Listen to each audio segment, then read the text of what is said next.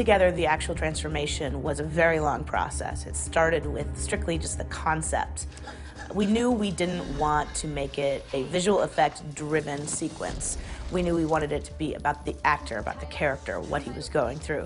And so over the course of 2 days, we put Michael Trevino through probably the most difficult, but I hope fulfilling experience of his acting career. We sort of went with the less is more approach and said, you know what, we want to act it. Let's see an actor act this. Because I think if we do it this way, I'll be able to make it emotional. Before we started shooting it, and I read the script and I knew, oh wow, this sounds intense, and I was reading the descriptions of what exactly was going to happen during the transformation. I was excited. I was like, oh wow, that's going to be cool. Oh, that's nice. And then the day before, the day of, when I'm driving to set, I'm like, man, here we go. Like this looks fun, but man, once I was in it, your mind's just somewhere else. And I was enjoying it, but that was way back in the head. Like I just wasn't even thinking about, oh, this is so much fun. I was just so terrified and so nervous throughout the process. Let's do this. The director asked Michael to get into some physical movement training, to find a dance-like quality in his movements. So it wasn't just acting pain, it was embodying an experience physically. And Michael worked really, really, really hard to bring it on the day, to be in his tip-top physical shape and his tip-top emotional shape. I'm glad I picked real chains, because I could have had the option of using, fake ones that were light. But I knew that would help me if they were real, if they were heavy. If I was actually in pain and I really hated these chains, it would work and it would come off through the camera. But it was pinching me a lot on both of my knees and both of my wrists. And they were heavy, so just bringing me down. And on that set, that's real dirt and sand there on the ground. That's real gravel that I'm rolling around in. So it was cutting my body up, for sure. When the arm breaks in the opposite way, I would have to pretend it's breaking.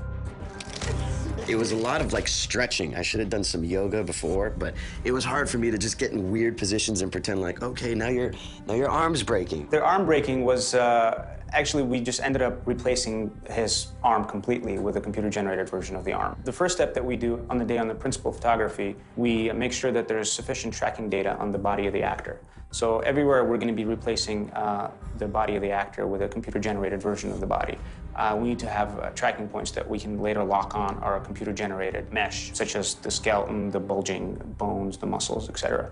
After that, we have the actor scanned in 3D, and then we track that geometry onto the real actor, and then we match the lighting on set and textures and the shading. Wolves have a different physical anatomical structure than human beings. So when you're talking about transforming a human into a wolf, part of the process that we wanted to show was the painful transformation of saying your joint reverses itself, transforming from a joint that was a human joint to a wolf joint, or from a human hand to a wolf paw. We put a lot of tracking marks on the face, so then we can digitally grow hair and whiskers from his real face. So we would track in a computer-generated face onto him, and then we would grow computer-generated hair and whatnot. Because you're starting with a real human face, and we used that in-house developed software that allowed us to deform a dog's face or a human face, we were able to take his face and distort it in ways that made it much more scary, and yet it's recognizably him. And that recognition, combined with the scariness, made for the greatest impact. It really worked pretty well.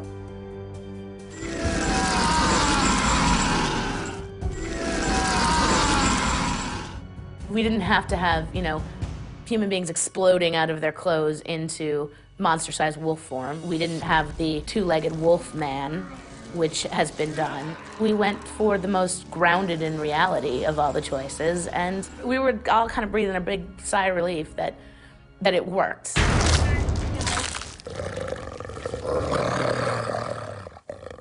His entire insides are now moving around and transforming and changing and shifting and redeveloping and reorganing. I'm burning up.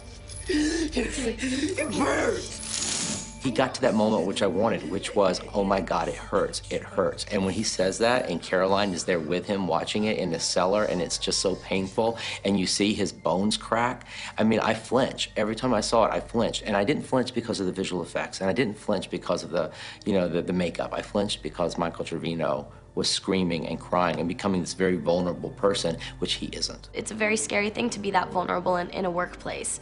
And so you really do need to feel that comfort, and you feel that open space, and know that, you know, it's as simple as, I got your back. Candace was great. You know, I couldn't have done it without that girl. And I remember there's times where it's maybe on my close-up and not hers. She's there with me, but she's off camera. She would help me out. She would improvise certain lines and, you know, speak to me in my ear. That would really help me get there emotionally. He's had my back, so I value the opportunity to be there for him. It hurts. It hurts.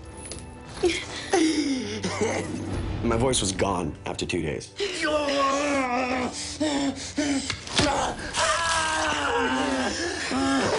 Take after take of screaming, you know, at the top of my lungs. It's difficult. It's hard. You only have that in you so many times.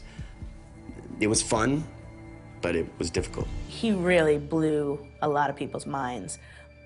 Fans, press, critics, however you want to look at it, people were talking about Michael after that scene, and they should have been, and I'm glad. I've been down this werewolf train before, and this time I felt like it was a huge success, and I think the reason it was a success was because of, you know, first and foremost, Michael Trevino.